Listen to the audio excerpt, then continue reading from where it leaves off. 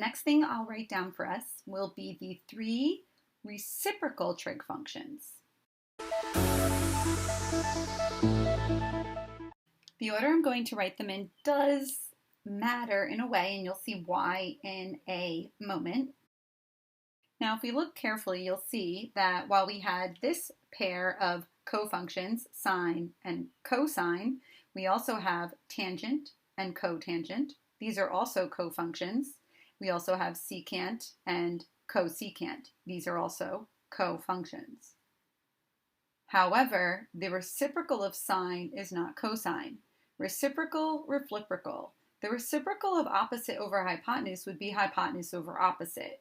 That is not adjacent over hypotenuse. While cosine is the cofunction of sine, it is not the reciprocal. The reciprocal of sine is actually cosecant. Similarly, the reciprocal of cosine is not sine. The reciprocal of cosine will be hypotenuse over adjacent. That will be secant. Tangent and cotangent are cofunctions of one another, but they are also coincidentally reciprocals of one another as well. So it's almost like sine and cosine are best friends, but sine and cosecant are actually twin brothers. So they're made up of the same DNA, but they're different people. Opposite over hypotenuse, hypotenuse over opposite. Sine and cosine are best friends. They have some things in common, and they're different DNA in other ways.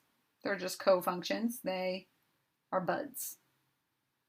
Best friends, twins. Twins. Best buds. They're best friends and twins. A little weird. We'll get the hang of it.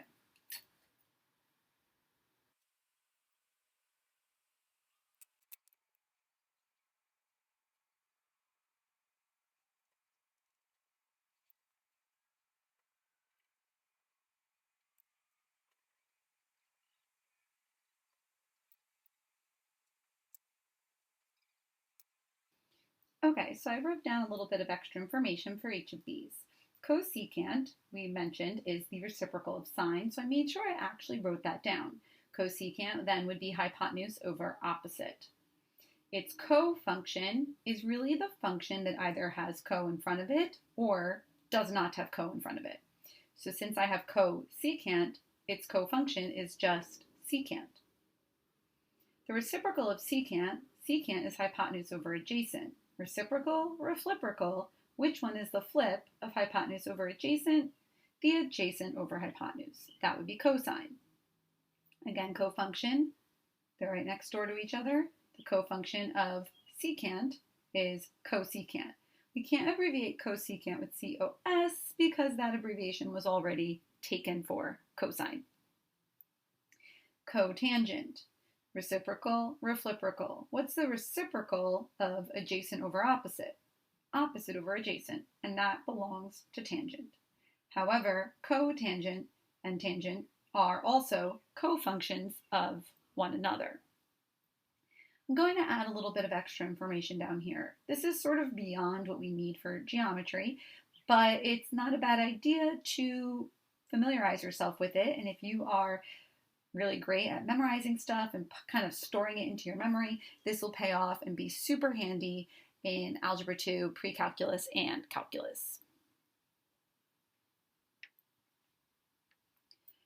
To write the reciprocal out more algebraically, another way we can write things is cosecant of theta equals 1 over sine theta. That is another way of saying that while cosecant is hypotenuse over opposite, it's the flip of the opposite over hypotenuse. So that's one way we can write it out. What else could we write down? Let's write down a little algebraic note about cofunctions.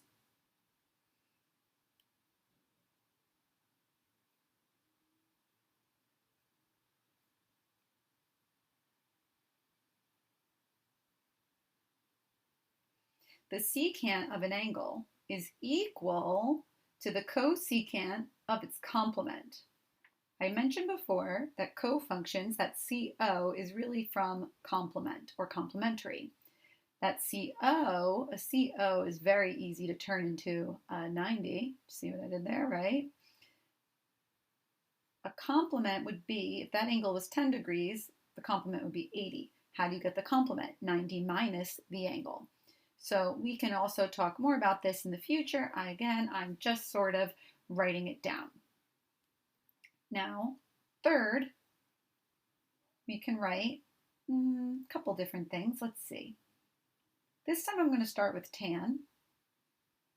Tangent theta equals 1 over cotangent theta. And it also equals the cotangent of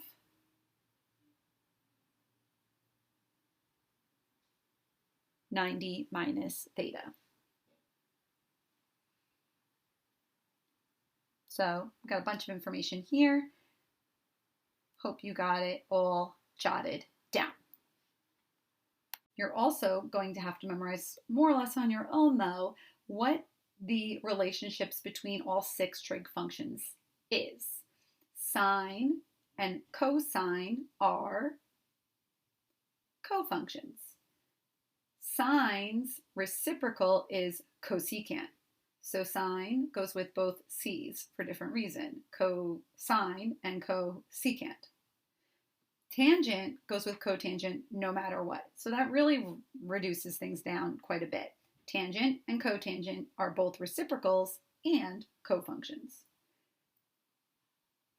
Sine is cofunctions with cosine. Sine is the reciprocal of cosecant.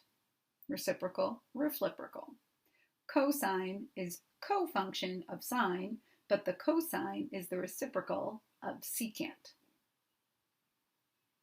Reciprocal, reciprocal. So if cosine is adjacent over hypotenuse, secant is hypotenuse over adjacent. And then cosecant and secant are cofunctions of each other. If you wanted one for those, I guess we could say cosecant, hypotenuse opposite, secant, hypotenuse adjacent, cotangent, adjacent, opposite. Cho, sha, cow? Ko? How would you say that? But I don't recommend it because you're going to get confused. Now, let's make this look a little nicer.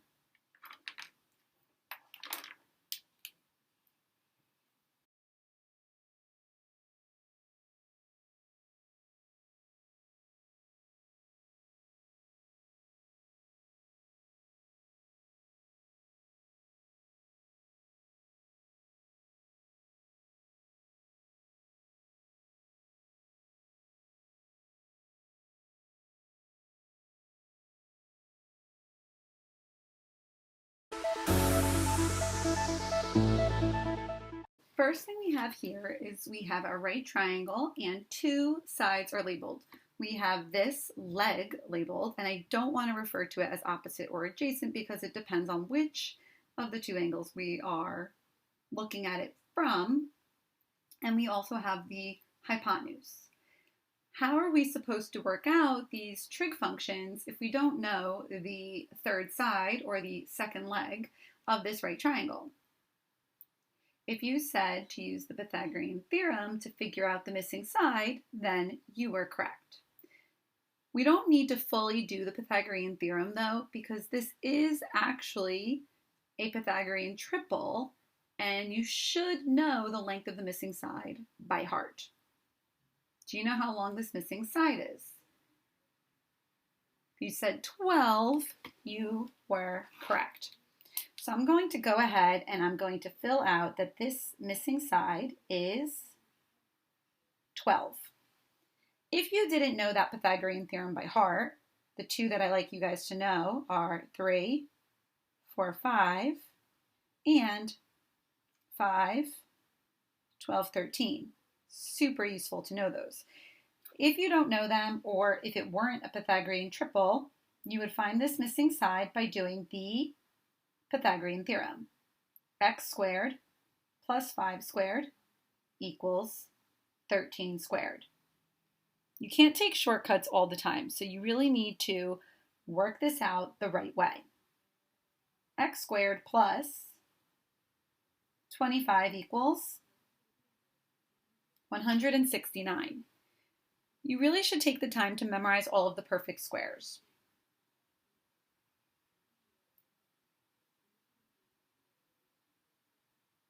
I'll probably put together a video to help you memorize perfect squares, so it'll sort of be like flashcards, but it'll be in video form, and I can also upload that to Edpuzzle and kind of make it a little quiz at the same time, and you could also just study it from the YouTube video.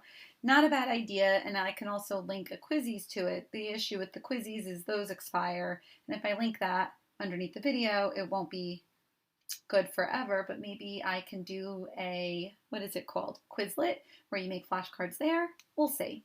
I'll see what I can put together for you guys. Now I'm going to subtract 25 from both sides. If I took 20 away, 169 will become 149.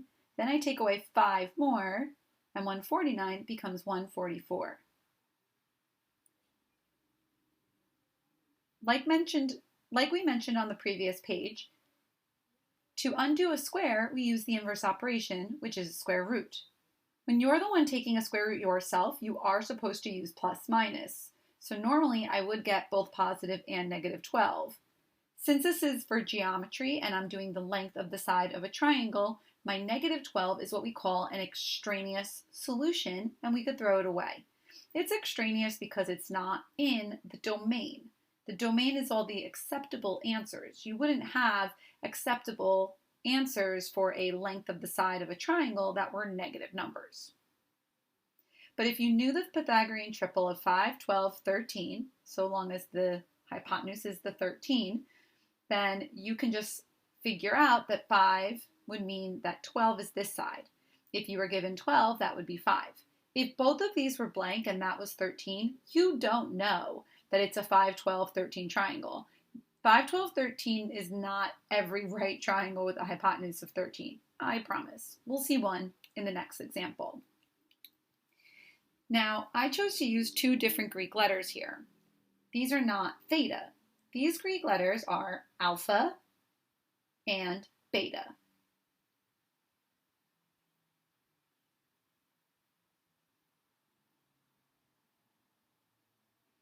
And you should recognize that this is responsible for the name of our alphabet.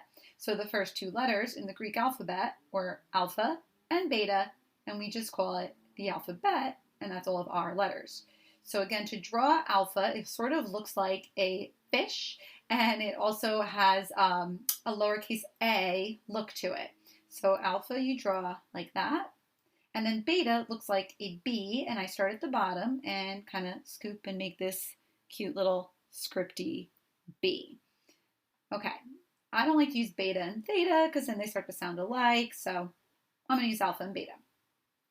Sine of alpha. Do you remember what ratio we use for the sine of an angle? The sine of an angle should be opposite over hypotenuse. So I'm going to actually show some work to help me remember, and I'm going to write out O over H. Now, I have to go to alpha. Which side is opposite of alpha? It's 5. What side is the hypotenuse? Well, that never changes. That's 13. Can I reduce 5 over 13? Nope. So we're good to go. 5, 12, 13, if I look at that as an extended ratio, 5 to 12 to 13, you'll see it doesn't reduce at all, and I don't have any radicals. So that means all of my ratios will already be completely simplified, and I won't need to rationalize anything. Next, I'm going to go from left to right. Tan of beta, or tangent beta. Or you could call it b if you don't want to call it beta. Tangent is what ratio? Tangent is opposite over adjacent. If you didn't know, you definitely should have just flipped back and look at your notes. You just wrote it down. Which side is the opposite of b or beta? 12. And the adjacent side is which? Remember, the adjacent side touches the angle, but it's not the hypotenuse. So tan beta is 12 over 5. Cosecant alpha. CSC is cosecant. This one people tend to forget what it is. And also people forget and accidentally call this cosecant. So I would definitely take a few minutes every time you do an example and really repeat to yourself that this is cosecant and this is cosine. Cosecant alpha. What ratio is cosecant alpha? It might help you to remember which function is cosecant the reciprocal of. Sine and cosine are co-functions. They are the best friends. They are not reciprocals of each other. However, sine's reciprocal also starts with a C, just like cosine. Cosecant. Cosecant is the reciprocal of sine. It also matters which angle we're looking at. So, if the sine of alpha is opposite over hypotenuse, which was 5 over 13, cosecant of alpha, some people might just jump right to 13 over 5, but slow down. They're both alpha, so we can do that. But you might want to just say to yourself, cosecant's ratio is hypotenuse over opposite. Where's alpha? Right there. Where's the hypotenuse? The hypotenuse, we said, is always 13. Where's the opposite? The opposite of alpha is 5. Dunzo. Cosine of alpha. Flip back if you need to, but what ratio is cosine alpha? Cosine is adjacent over hypotenuse. The adjacent side to alpha.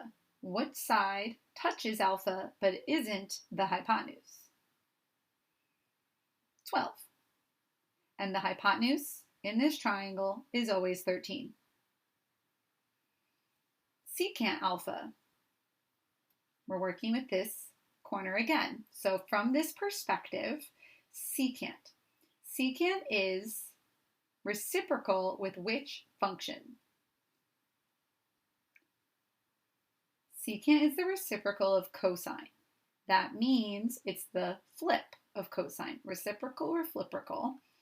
If cosine is hypotenuse over adjacent, what's secant?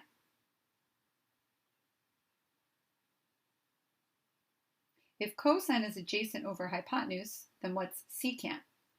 Secant is hypotenuse over adjacent. These are both alpha, so the short way to do it would be just to write 13 over 12. But I'm going to go back to the picture for practice. Here's alpha, this angle right here. Secant of alpha. Hypotenuse is always 13 in this example.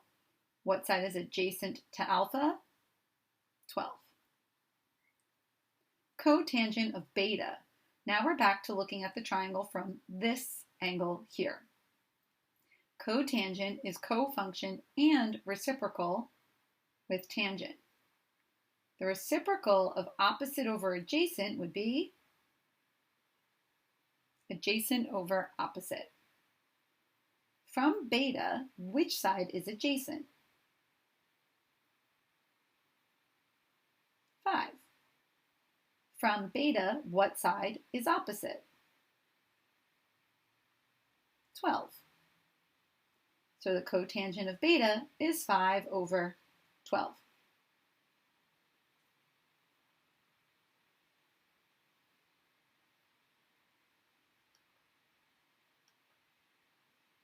I apologize for how bright that's been. Hopefully you've been able to follow along. Cotangent alpha.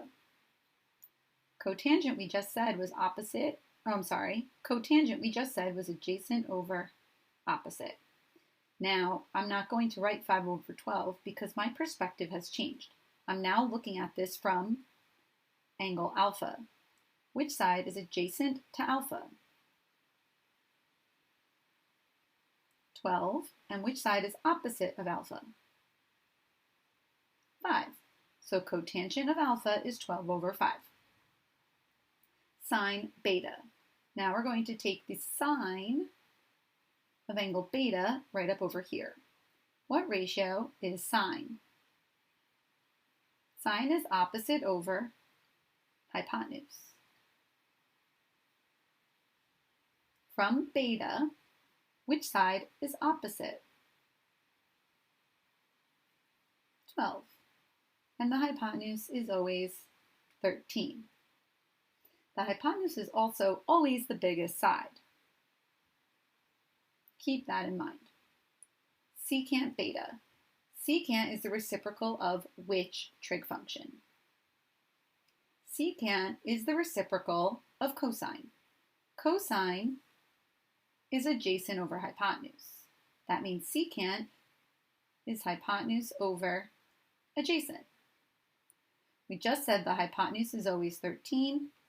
The adjacent. Now, it matters which angle. We're at beta. Which side is adjacent to beta? 5. So we're done with this part of the example. Now, before we continue, I'd like to make a couple observations. We do have some answers repeat themselves. Do you see any matching answers?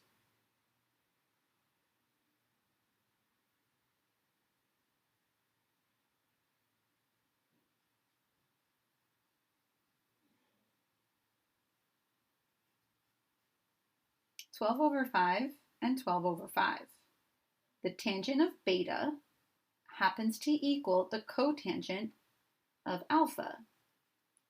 Now, we're going to do what scientists do, and we're going to look for patterns and relationships, and then we're going to draw a conclusion. I'm not going to draw a conclusion yet.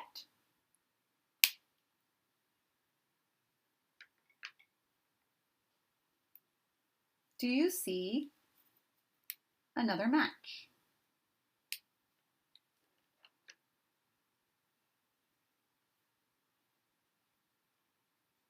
(12 over 13 and 12 over 13).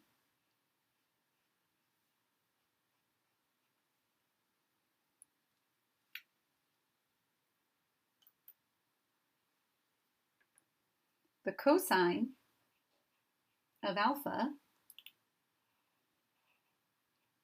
is equivalent to the sine of beta.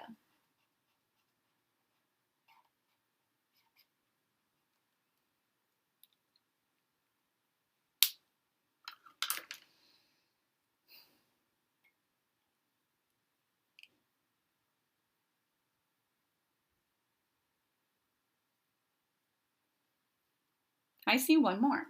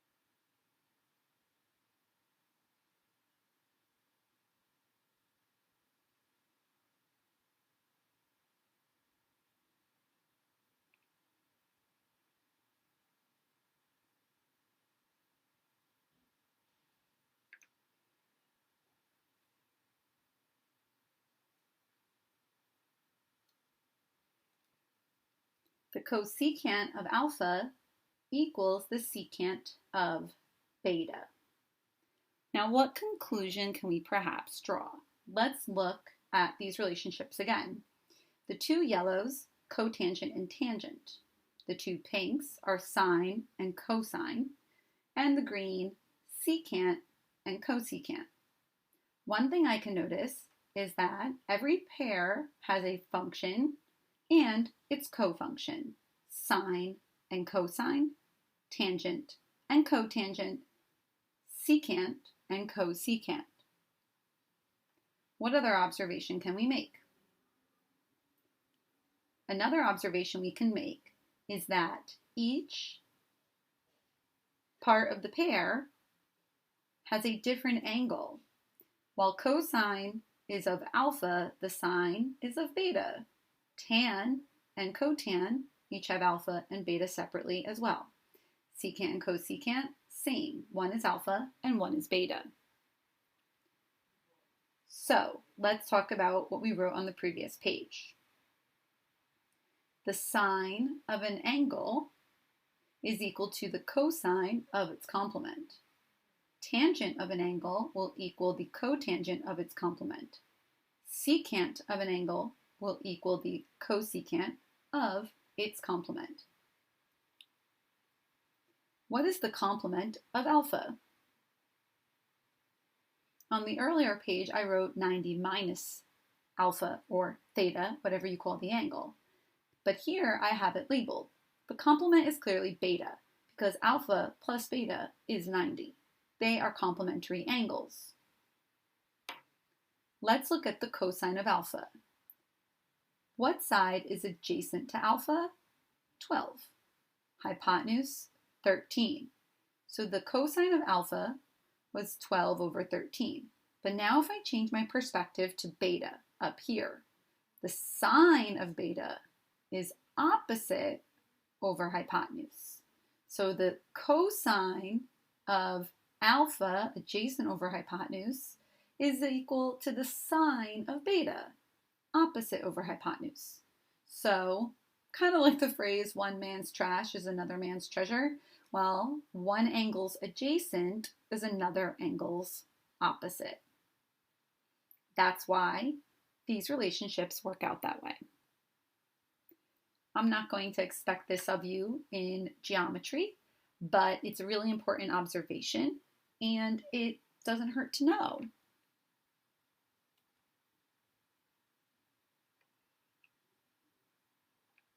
Now, what if I wanted you to also supply me with the decimal for each of these ratios?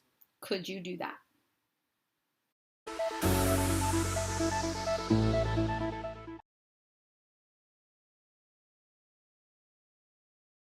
Can you do any of these numbers as decimals without a calculator?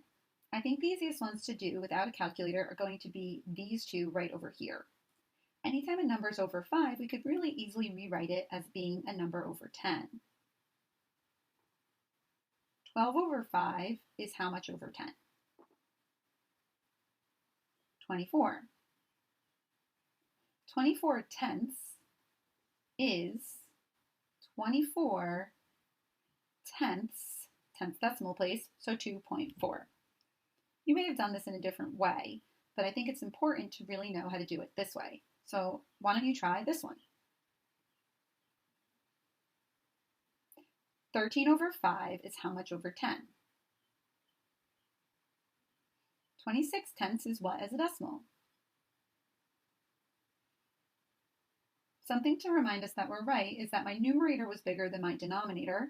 Therefore, my answer should be bigger than what number? If your numerator is bigger than your denominator, as a decimal, your number is bigger than 1, anytime the numerator is bigger than the denominator. My answer will be bigger than 1 in this example as well. Now, let's talk about these. These are a little bit harder to do as a decimal. If you had to do it by hand, how would you do that? Let's look at 5 over 13. I'm going to write that down at the bottom of the page here, and I'm going to write it out. fourth grade style.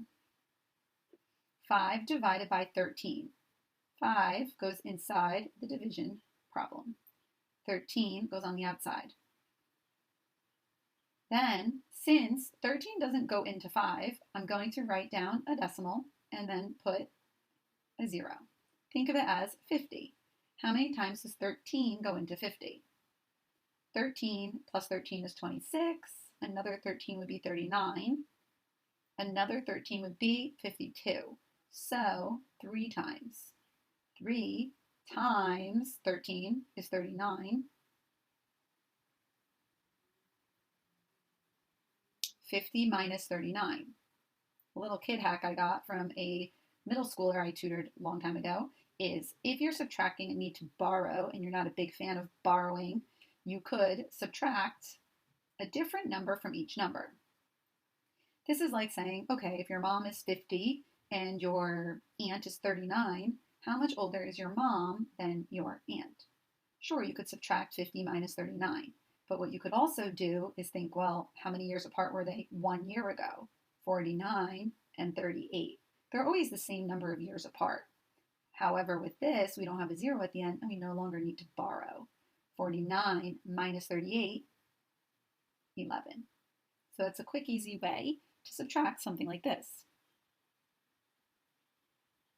Now, I'm going to put another 0. Then we bring down that 0, just like long division of the good old days.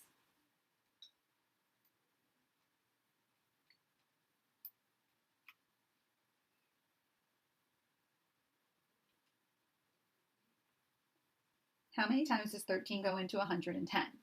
Well, I know 13 times 10 is 130, so it's definitely less than 10. We also said just a few minutes ago that 13 times 4 is 52. One way I know that is I know that there's 13 of each card in a deck of cards, and there's 4 suits, and then there are 52 cards in a deck. If I double this,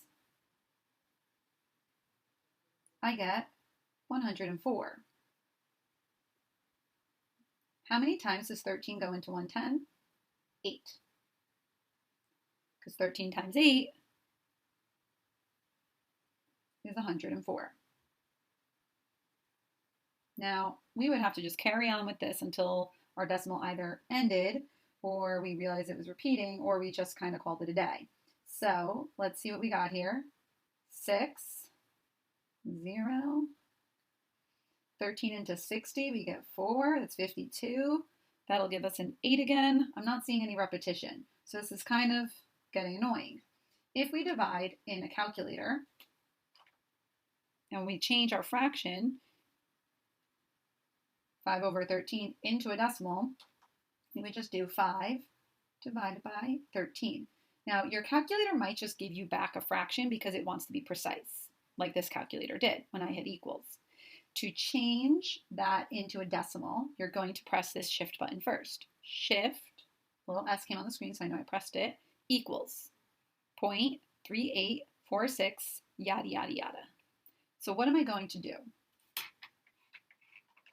What I'm going to do is I'm going to change my equal sign into a squiggly equals, which means approximately equals 0. Really don't need that 0 in front, but 3846. I'm going to go out 4 decimal places for now. 12 over 13 should be less than 1. Oh, also, what's half of 13? Half of 13 is 6.5. Since 5 is smaller than 6.5, I know that this is going to be less than 0.5. You should have good number sense so you know if your answers make sense or not. This, 12 over 13, should be pretty close to 1.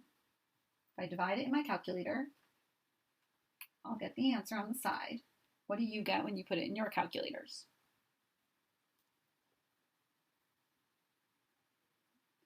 Do it on your iPhone calculator, do it on a regular calculator, or if you don't have one, do it by hand. But you should get 0.923. If I go to 4 decimal places, what's next? 1.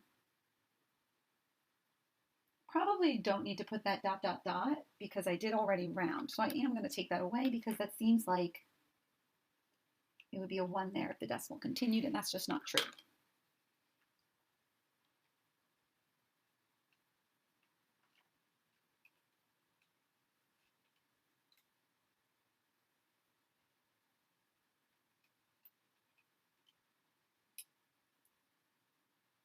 What did you get for this one?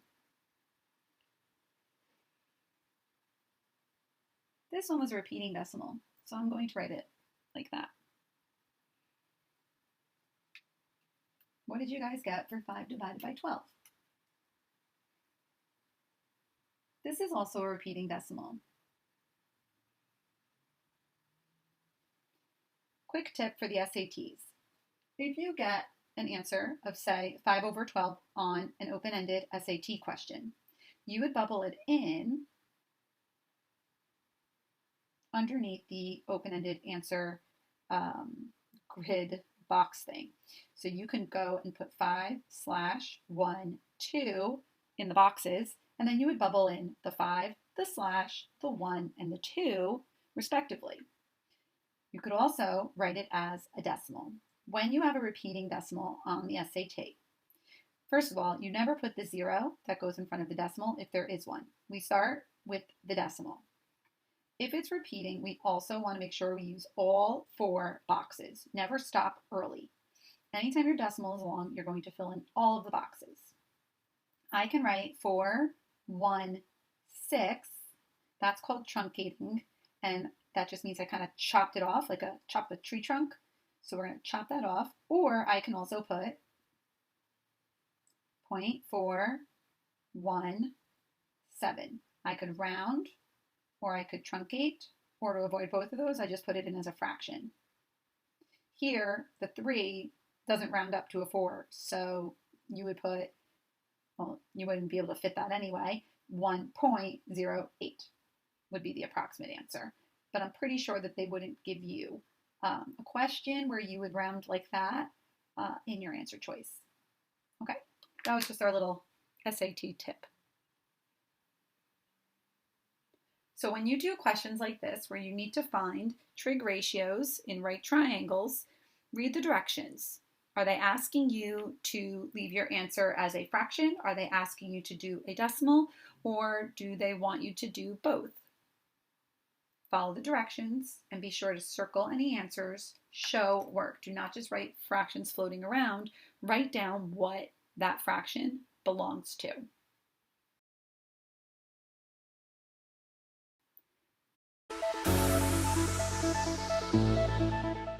Let's look at example 2.